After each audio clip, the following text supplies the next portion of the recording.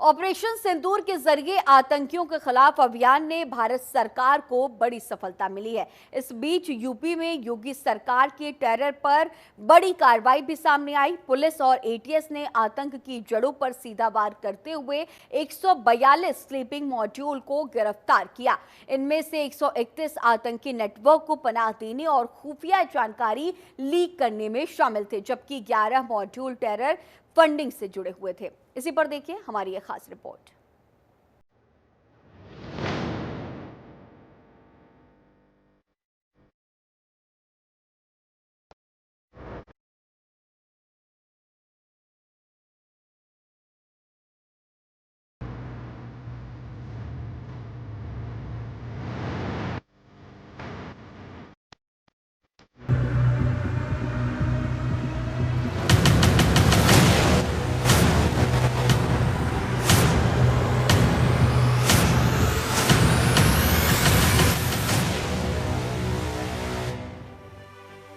अब साजिश नहीं, सफाया होगा।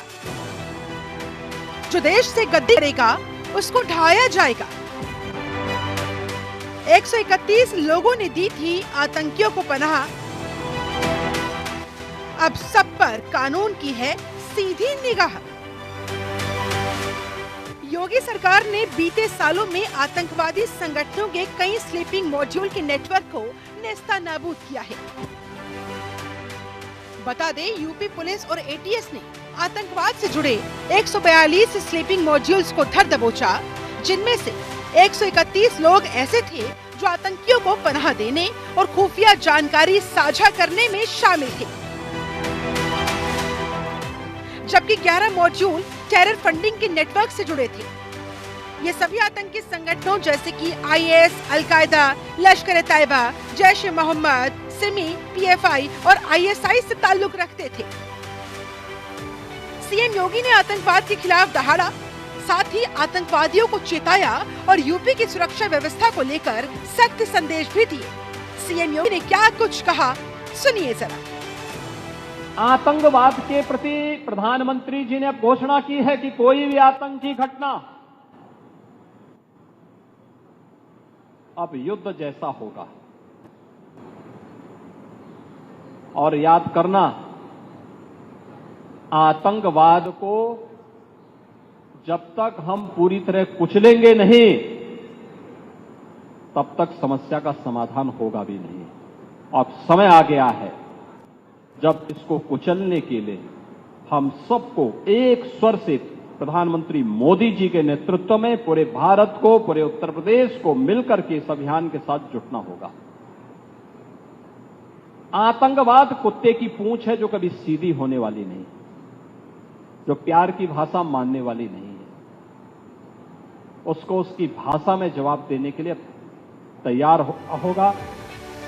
बता दें, इनमें से एक आतंकी सैफुल्लाह को एटीएस ने मुठभेड़ में ढेर कर दिया।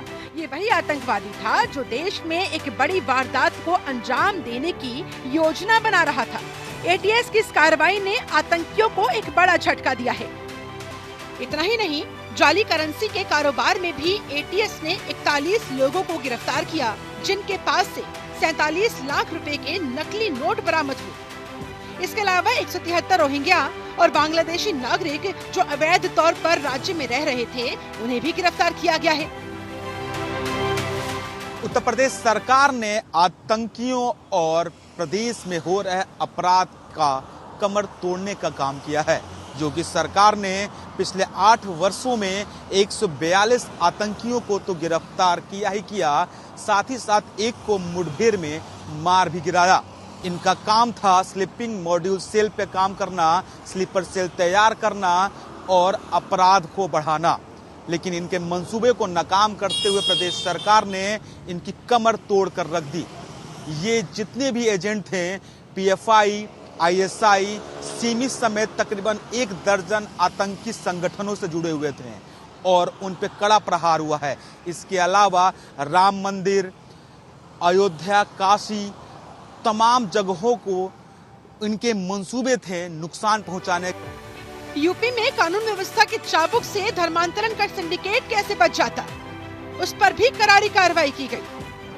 20 से ज्यादा आरोपियों को गिरफ्तार किया गया। उनके विदेशी फंडिंग के नेटवर्क का भंडाफोड़ किया गया। वहीं साइबर फ्रॉड और फर्जी सिम कार्ड रैकेट में 19 आरोपियों को पकड़ा गया है, जिनमें से 4 चीनी नागरिक और 15 भारतीय शामिल थे।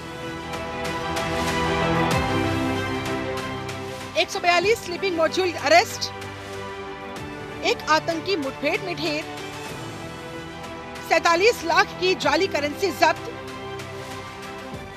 173 रोहिंग्या बांग्लादेशी गिरफ्तार, धर्मांतरण नेटवर्क का भंडाफोड़, 19 साइबर फ्रॉड आरोपी पकड़े गए। अब योगी के इस एक्शन पर बीजेपी प्रवक्ता NN सिंह ने योगी की जमकर तारीफ की, साथ ही कांग्रेस पर भी निशाना साधना वो नहीं भूले।